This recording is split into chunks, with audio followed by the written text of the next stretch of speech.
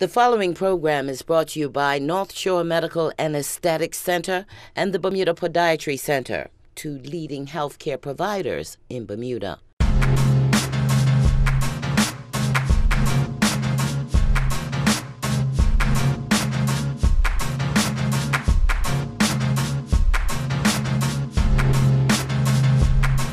It's not something that's openly discussed, but quietly behind the closed doors of healthcare providers island-wide, what we eat and feed our young is taking a hefty toll on the local community in the form of serious medical issues. The impact of sugar and processed foods has catapulted diabetes and obesity to the top of Bermuda's list of most pressing concerns, with numbers already surpassing chronic proportions. And the people it's affecting are getting younger as a result of diets jam-packed with sugary drinks, fast foods, and junk food.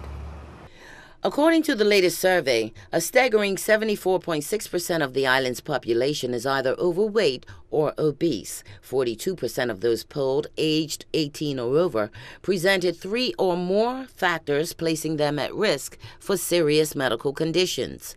In a not-so-well Bermuda, already skyrocketing healthcare costs are deemed unsustainable for such a small, aging community, as the battle of the bulge and all that goes with it continues. Problems directly associated with obesity account for 20% of the patients seen by Dr. Kaiwan Brown and his team of specialists. 13% of patients are treated for type 2 diabetes, while 11% present pre-diabetes symptoms. I think one of our major presenting complaints is really diabetes or the complications there too. Especially in this economic climate now, healthy options, healthy food choices may not be readily available or economically affordable for patients. I use the example where we had an in-house lunching and some of the ladies wanted salads and the others wanted hamburgers and french fries.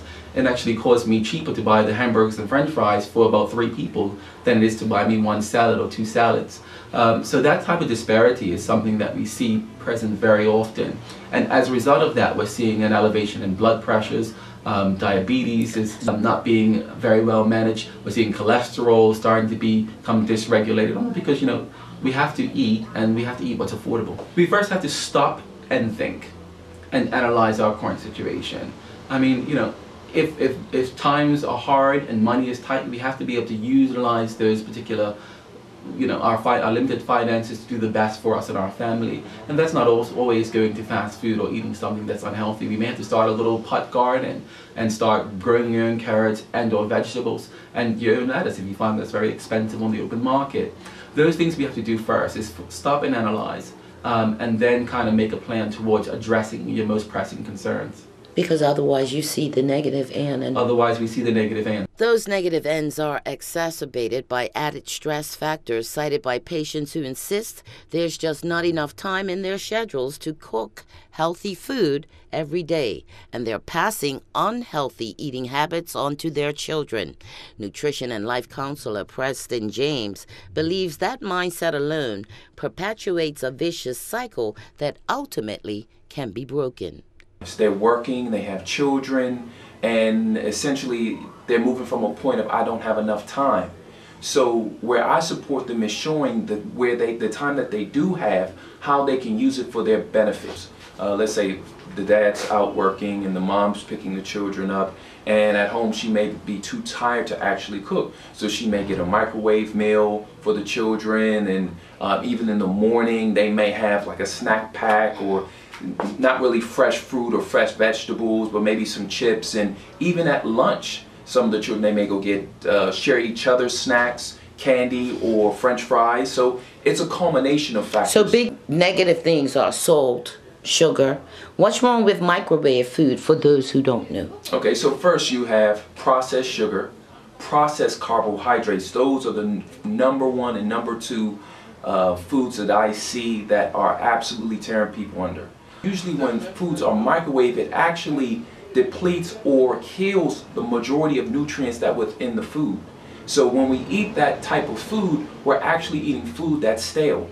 It's food that doesn't have any type of nutrition in it. But because of our lifestyle of I don't have enough time, I'm not looking at the the big benefit. Processed sugar is pretty much in everything. My estimate is in at least 90% of the foods that are in the grocery store. When we take too much of it in, we actually start to hold it in our fat cells. We hold it in our physical body, and there's no amount of exercise that can actually burn it off. It's very difficult to have processed sugar in moderation because it's in everything.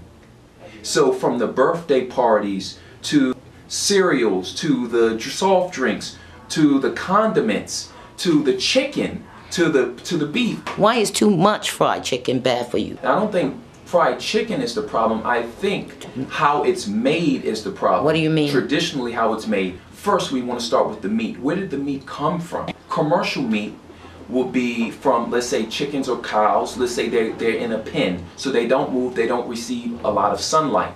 Then they are fed food that's not in their natural habitat. So then they become ill, and as a result of that, they're given antibiotics and hormones. Antibiotics to kill off any type of disease that's in the system, and then hormones to make them bigger. We actually take on all of that that we eat within the meat energetically. And these are some of the things that we just don't know about, because when we receive the meat, it's in this nice pretty package. But we don't know all the nuances that actually went into that animal and went into that meat for us to receive it here on our plate. If we're taking antibiotics here, or we've received from our doctor, and then we have meat that had antibiotics in it and then had hormones in it, those can also count as growth stimulants in our system. And then if we are energetically, if we are taking on meat from an animal that did not live a wholesome life, that actually lived a very stressed out life, sometimes we can take that on, even though that can be some disputed. Based on the label not being able to pronounce half of what's in it, these popular items like chicken nuggets may not even be all chicken. Absolutely. In my experience, chicken nuggets are very rarely chicken. They're usually additives. They're usually a lot of different pieces that are all put together to create a product. You will also find that sometimes in hot dogs. They're not made from any type of real meat, but all different types of animal pieces to actually put together to deliver or make this product. So why is this bad for young bodies and minds in particular? Great question. You can think of our body as an actual computer. It's a system that is always working to maintain its integrity and harmony. The body never makes a mistake, because when it does, it ceases to exist. Now, there are certain components that actually work together in harmony with the body so it can receive and have its optimal output. When we eat food that's not fit for it, then over a certain period of time we start to have challenges. It doesn't operate as efficiently. And this is what I see especially in young children who are inundated with processed sugar.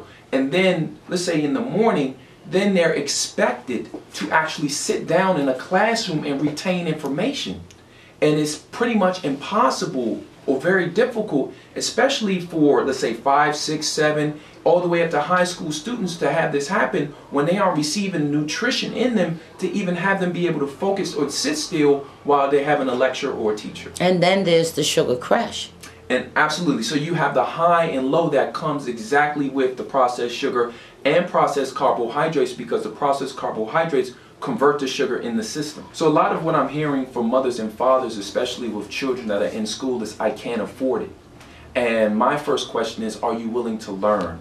So now a person has committed to actually shifting their view of how they eat. That may look like potlucks with friends and family, building community. I used to actually be in the school system. I took an egg into the school and I asked children, where do eggs come from? These are 6 or 7, they said from the grocery store. They didn't even know they came from chickens.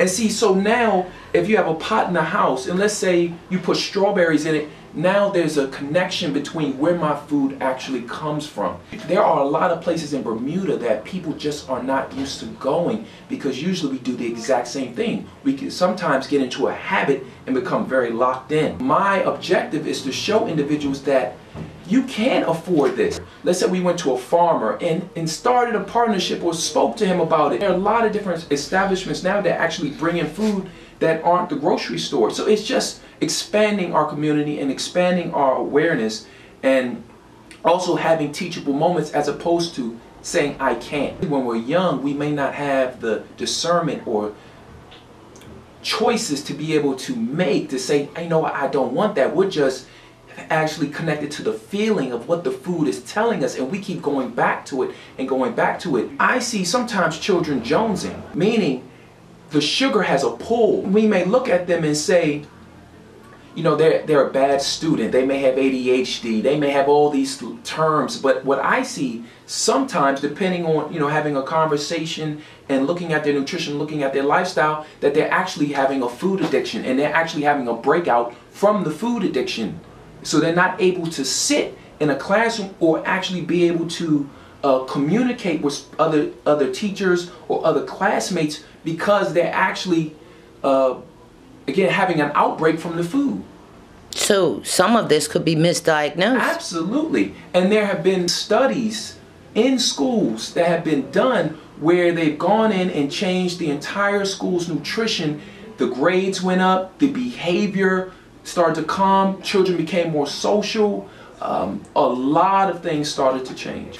Again, it's about deconstructing the food.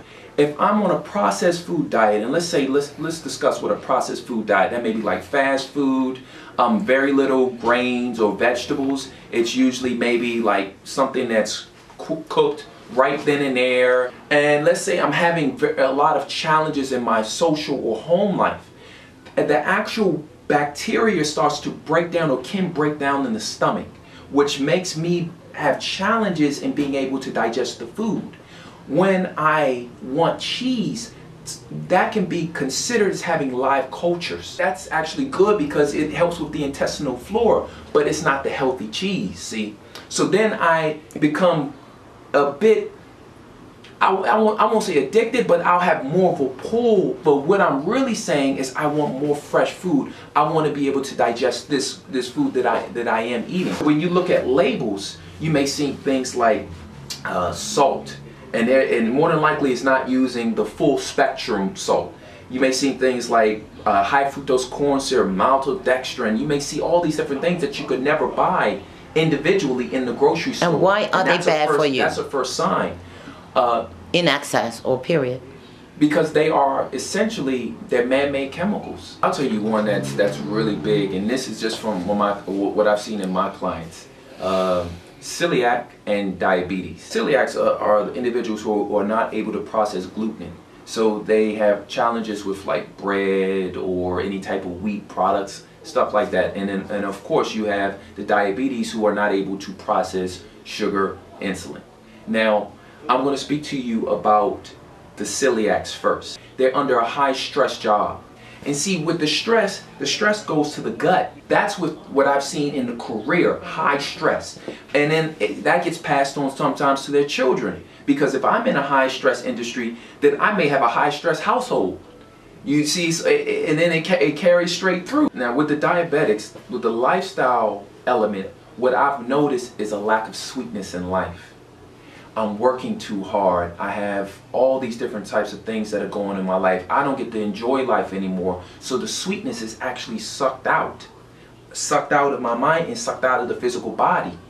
So then I go to food to help me feel better, and it's usually something sweet. Because I feel I can't go on the trips, I have to maintain this mortgage, I have to maintain this rent, I have to do all these different things, nothing that I really want to do. Again, I go to the sugars, the cakes, the cookies to make me feel better, so now I get a double dosage. Over time, I'm not able to process, if I ever could really process sugar in my system, and then I have spikes, or I'm not able to work that out, and my liver or kidneys aren't able to process that at all. Pancreas is not able to process it at all.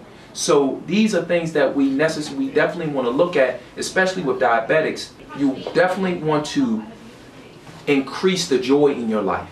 By doing things that you love, not things you think you like, but things that actually move your heart. And what I like to call these are creative expressions. And for some people that could be painting, singing, dancing, gardening. It's something that's a gift from you to you. Something that no one else would know about. See, usually we're so inundated with working that we don't even get a chance to notice what's going on in our inner being. And see, this is what's leading us out to these major food addictions, especially sugar. Because sugar is a sedative. It makes us feel better, but it keeps us crashing and rising, crashing and rising. When we continue, we'll take an in-depth look at how the sugar rush ties in with the disconnect in today's society as a result of cell phones and social media devices, coupled with hectic, inactive lifestyles. As your community med spa, NMAC offers everything you need to live well under one roof. Ask about our natural therapies, including massage, meditation, group and individual exercise classes, healthy cooking classes, nutrition, and life coaching to create happy, healthy lives. Open Monday to Saturday. Give us a call at 293-5476. More than 200 Bermudians are diagnosed each year with diabetes, and diabetes can seriously affect the health of your feet. We can help. The Bermuda Podiatry Center's specialized physicians are highly skilled in diabetic foot care. From annual checks, including vascular assessment to test blood flow in your legs and feet, through to treating complications such as foot ulcers, skin, and nail care. If you have diabetes, are at risk, or would like an assessment, visit the Bermuda Podiatry Center on Gorham Road. No referral required, and your appointment is covered by Major Medical. The Bermuda Podiatry Center. We're the foot doctors. Welcome to Northshore Medical and Aesthetic Center, harmonizing health, beauty, and well-being. We are Bermuda's premier destination for wellness, specializing in family medicine, chronic disease management, naturopathic medicine, dermatology, and aesthetic procedures. Our newly renovated facility integrates the finest in clinical medicine with nurturing spa-like amenities for an experience that embraces the entire body, mind, and soul.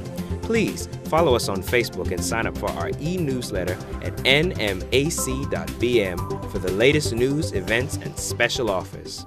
It's an excellent book that I recommend to everyone to read. It's called Sugar Blues, and it was written in the 70s by William Duffy, and it explains the whole sugar industry and how it's set up. What about the younger generation that sits with their head in a phone screen and video games? With the impact of video games, iPads, a lot of these social media devices, is that we are being more disconnected with ourselves, with each other, and we rather send a text message than pick up the phone.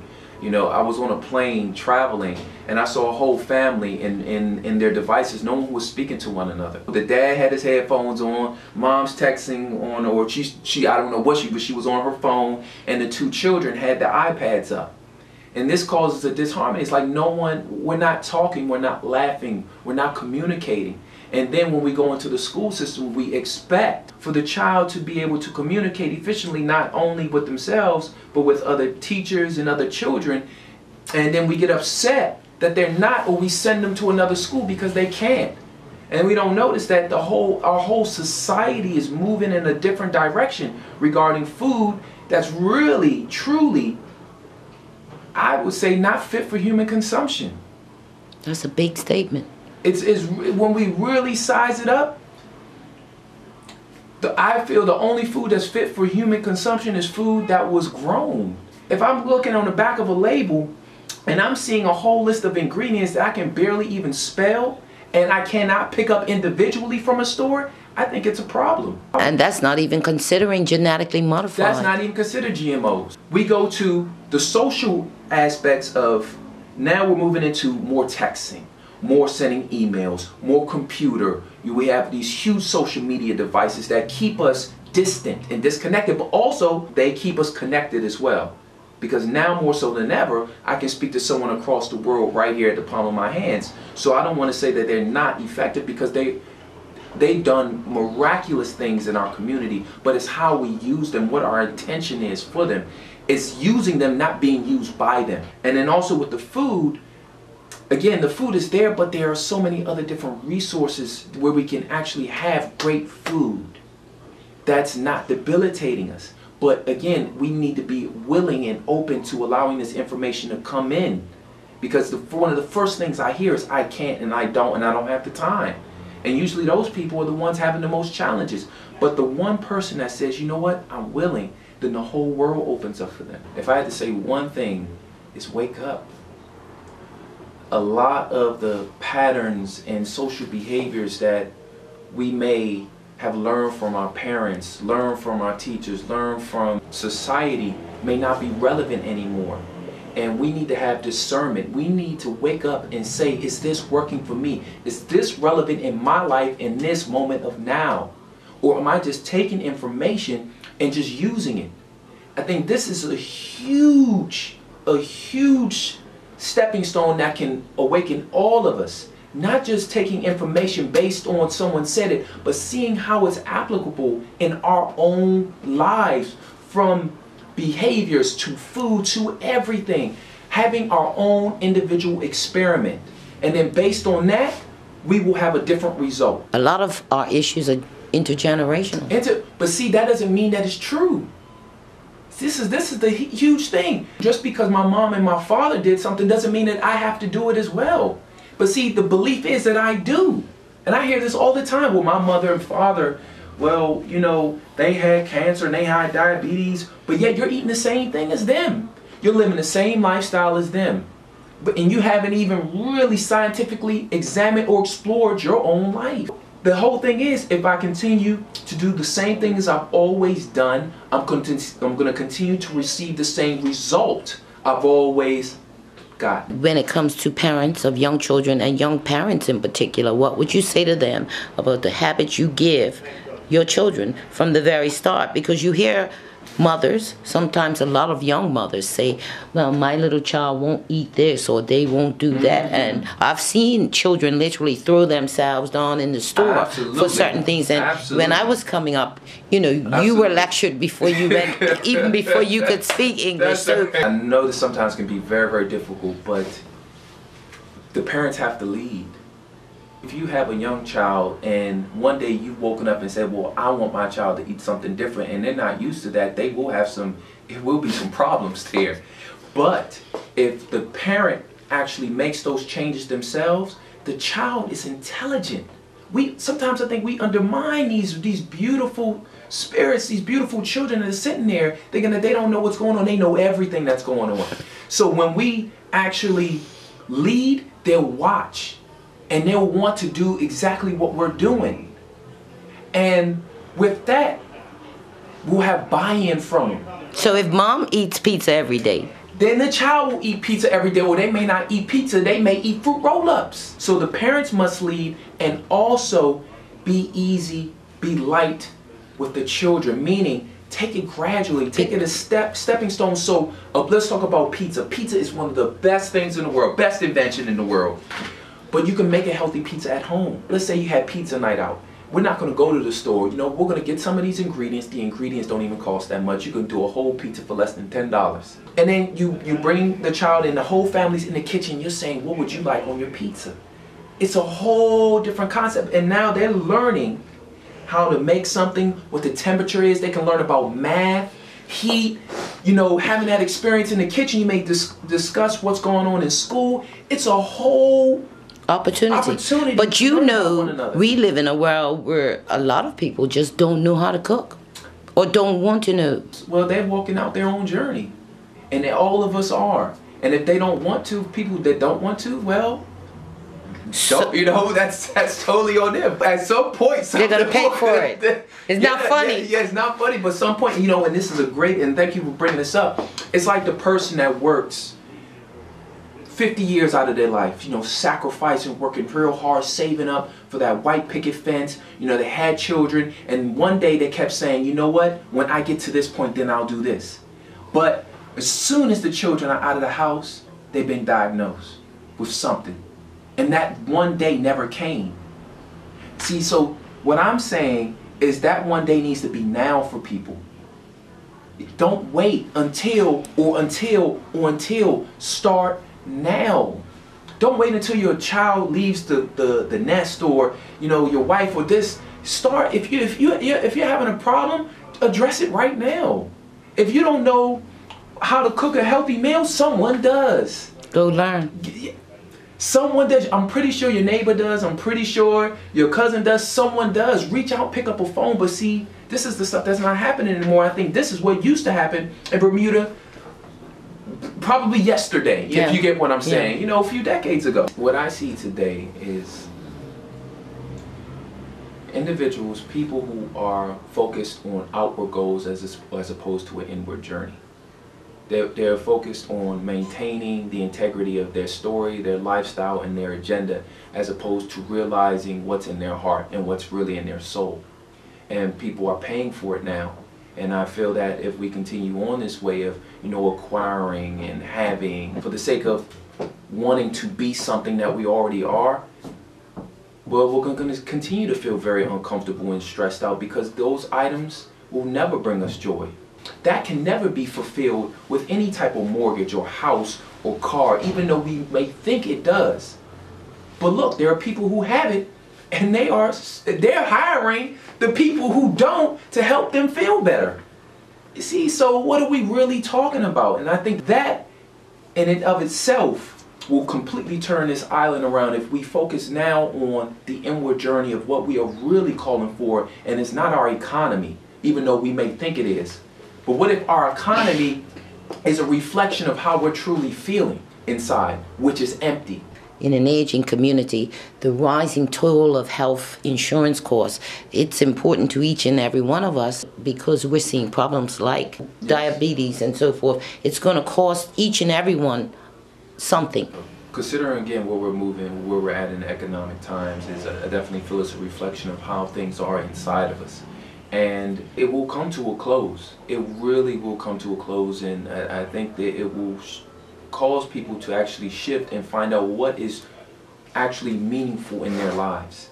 The insurance companies, I'm pretty sure they are inundated with all these different types of calls for people being flown overseas for heart attacks, for diabetes, and services like nutritional lifestyle coaching, services like acupuncture and massage, holistic healing services are key and crucial to actually building or reawakening the person that's within. We're actually in the trenches right now, and we get especially at this center, we receive a lot of people say, "Is this covered by insurance?" And I say it's not covered by insurance at the moment, and hopefully one day I definitely hope it is. Because they're just like with you had acupuncture and you had massage, at certain points they were not covered because they were so new. But now they are. And I think that, nutritional lifestyle coaching, and there's a lot of different types of nutritional lifestyle coaches. We're international, we're global.